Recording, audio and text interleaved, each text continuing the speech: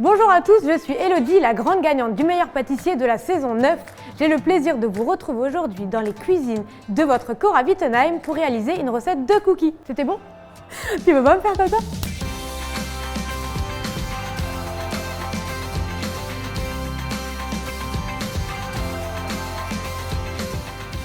Pour cette recette de cookies, on aura besoin de 100 g de cassonade, 50 g de sucre complet, type rapadura, muscovado ou sucre de coco, ça fonctionne aussi, 150 g de beurre fondu, 3 g de levure chimique, 150 g de chocolat noir en morceaux, 1 g de bicarbonate, 2 g de sel, un œuf et 230 g de farine.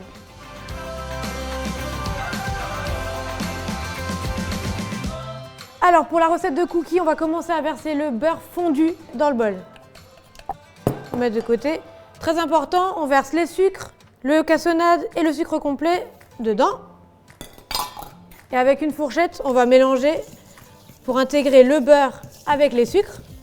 Donc là, une fois qu'on a mélangé les sucres avec le beurre, on va rajouter l'œuf. Comme ça. Et on remélange tout jusqu'à avoir quelque chose d'homogène. Là, je le fais avec un bol, une fourchette. Vous pouvez le faire avec votre robot aussi. Avec la feuille, ça fonctionne très bien. Là, on voit que le mélange est homogène. On va pouvoir verser la farine, la levure, le sel et le bicarbonate de soude. Et pareil, on mélange. Ça va devenir un peu plus compliqué, donc on pourra travailler la pâte à la main. Donc là, ça devient un peu grumeleux, c'est normal. On va continuer à mélanger, puis après, je vais prendre les mains. Là, ça devient sableux. Donc là, on obtient une belle boule qui colle. Et maintenant, on peut rajouter le chocolat. Dernière étape. Donc là, j'ai versé mon chocolat en morceaux dans ma pâte à cookies, puis on malaxe pour que ce soit de nouveau bien homogène, qu'il y ait du chocolat partout. Là, on est plutôt pas mal. On appuie comme ça. Vous voyez, la pâte, elle est parfaite, elle est prête. Et là, maintenant que notre pâte, elle est prête, on va pouvoir la mettre au frigo 10-15 minutes.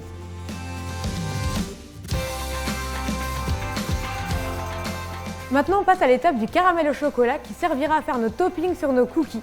Pour ça, on aura besoin de 70 g de sucre, 2 g de sel, 65 g de glucose, 115 g de crème, moi je le fais à la pesée, 70 g de chocolat et 37 g de beurre.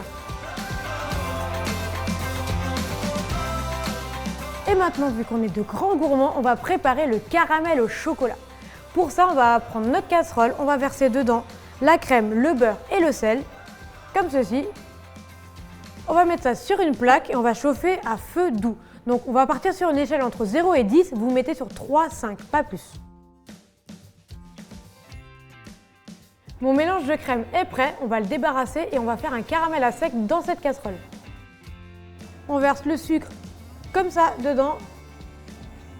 J'ai versé le sucre dans ma casserole et là sur feu doux, on va laisser caraméliser tout doucement jusqu'à obtenir une belle couleur dorée.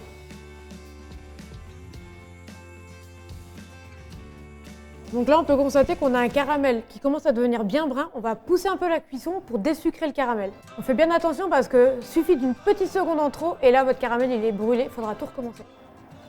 Dans 2 secondes, il sera prêt. On va verser la crème chaude sur le caramel en fouettant vigoureusement parce que ça fait des petites éclaboussures.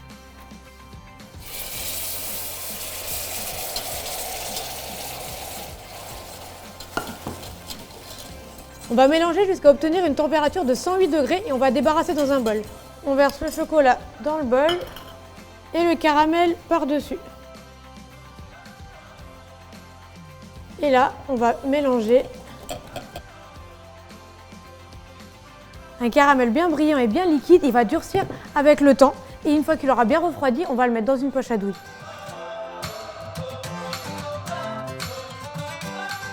Notre pâte à cookies est enfin prête. On va pouvoir faire des petites boules d'environ 50 g, soit à la main, comme ça. Donc elles seront bien belles, soit avec une cuillère à glace à vous aider à les former, ce sera parfait. Et voilà, j'ai fini de faire toutes mes petites boules et maintenant on va enfourner dans un four préchauffé à 165-170 degrés, chaleur tournante, pour environ 10-12 minutes.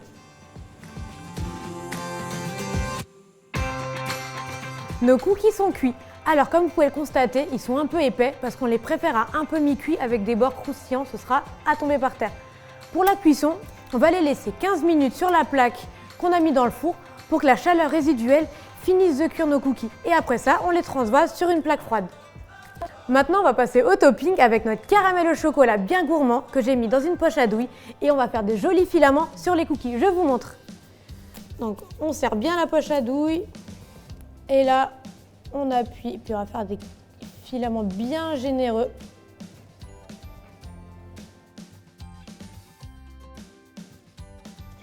Et voilà, maintenant j'ai fini mes cookies et vu que je peux pas attendre, je vais en manger un tout de suite. Parfait. C'est bon là? Ah bah avec un On te demande pas de danser à l'emballage. ouais mais c'est le mouvement tu vois là.